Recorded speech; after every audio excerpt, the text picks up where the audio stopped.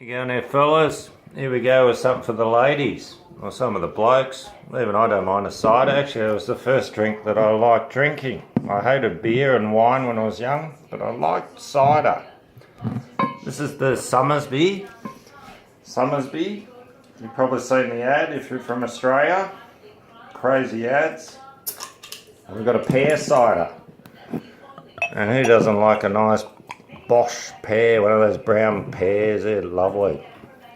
Alright, this is Carlsberg Company, Somersby. I didn't realise until I read the label. 4.5%. Looks alright. Got a bit of a head on it. Don't know if that counts for cider. But cheers, fellas. All the best. Oh, lovely pear aroma.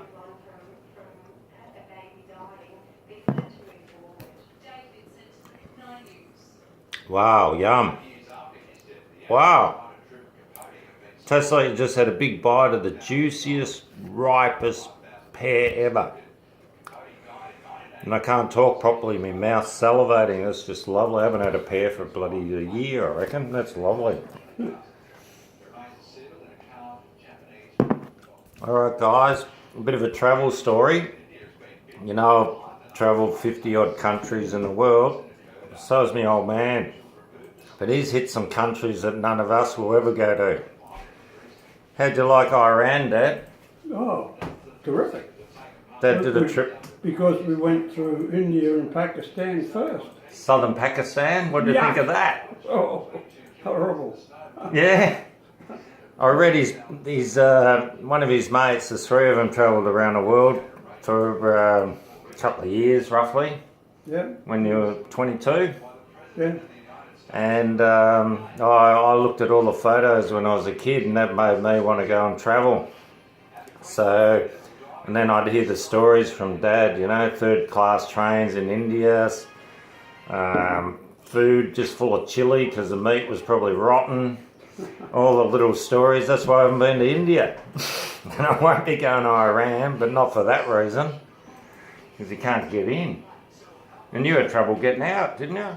Iran? No, we had trouble getting our passports back. Oh, they wouldn't give you the passports back in Iran. They thought you were spies. Yeah. Yeah, exactly. I was reading his mate's book. He wrote about the trip the other day. I read it and I thought, bloody hell, it's not the wild adventures I had. It was the survival trip. Overland in 57 to get to London from Australia. Well, a little bit of sea here and there and a little bit of air occasionally because I was just sick of bloody 12-hour bus trips that went about 100 k's, you know? All that shit like I did in Honduras, you know? Do 12-hour bus trip, you got 105 k's or something. Yeah, we went 1,000 miles in one trip. One trip, one day? Or? No. How many days? Yeah. And you look for a toilet and they don't have toilets there.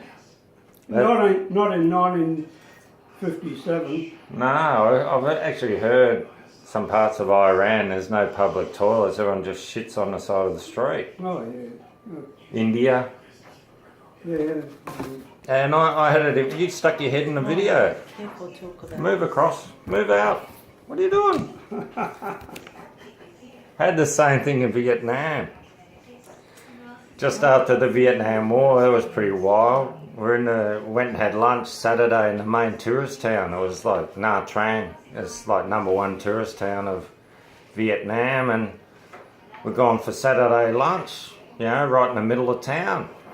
And had a big pile of rubbish the other side of the road. We're just about to order food.